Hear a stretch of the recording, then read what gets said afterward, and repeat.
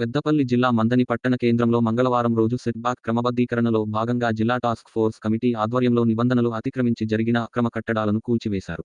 పట్టణ కేంద్రంలో 5 కట్టడాలపై ఫిర్యాదులు అందాయని, అందులో 2 కట్టడాలను సీజ్ చేసినట్లు, మిగిలిన 3 కట్టడాలను పాక్షికంగా కూల్చి ఇంటి యజమానులకు నోటీసులు ఇచ్చినట్లు డిటిఎఫ్ టీం లీడర్ గిరి మీడియాకు తెలిపారు.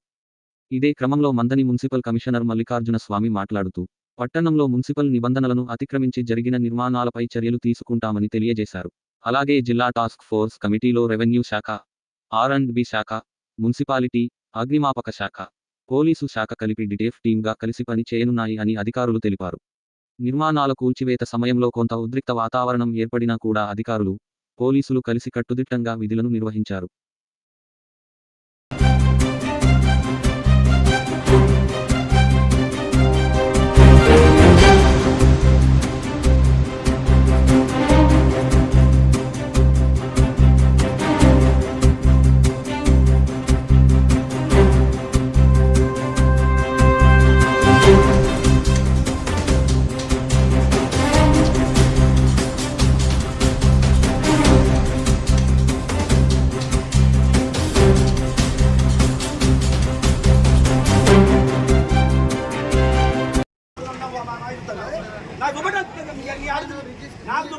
అడ్రస్ కు రిజిస్టర్ పోస్ట్ చేస్తే మీరు రిఫ్యూజ్ చేసిరు.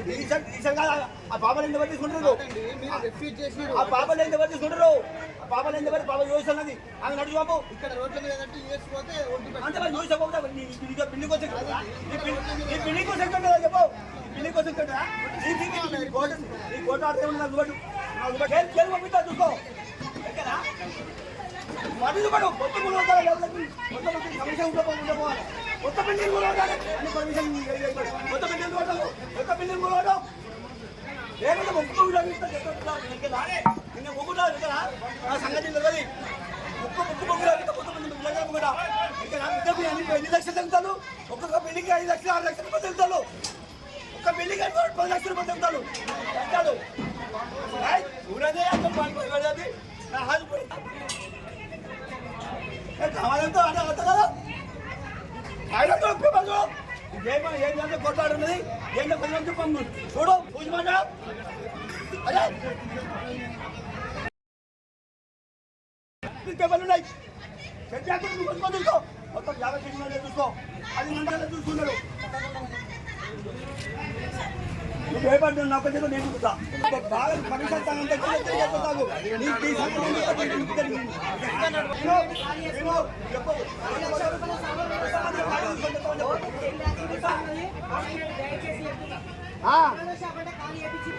నా సంగతి అయితే పిడుగు పడతా నీకు పడుతుంది.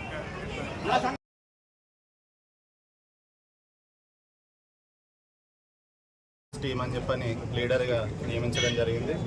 ఇందులో టీపీఓ గారు, తర్వాత ఎస్ఐ గారు, R&B ఏఈ గారు, తర్వాత ఫైర్ ఆఫీసర్, మేమందరం ఇందులో మెంబర్స్.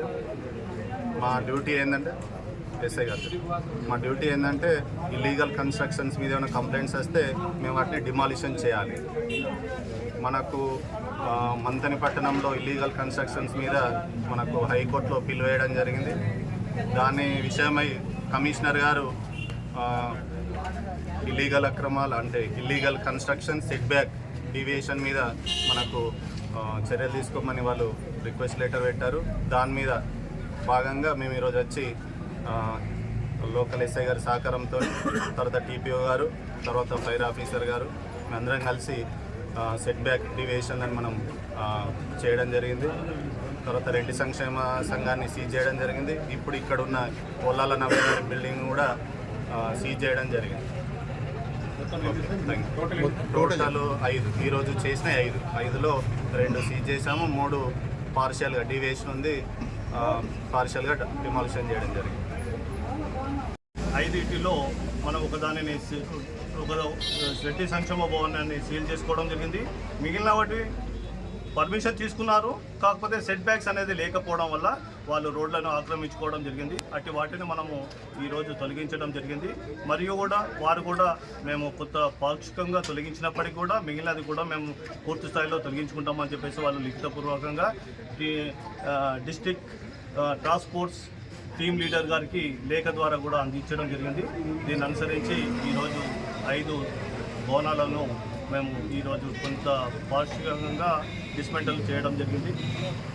అదేవిధంగా పట్టణంలో ఉన్నటువంటి ప్రతి ఒక్కరూ తమ బిల్డింగ్ నిర్మాణంలో కానీ ఎలాంటి రోడ్డును ఆక్రమించకుండా పర్మిషన్ తీసుకొని బిల్డింగ్ పర్మిషన్ తీసుకొని కన్స్ట్రక్షన్ చేసుకోవాల్సిందిగా పట్టణ ప్రజలందరినీ కోరడం జరుగుతుంది.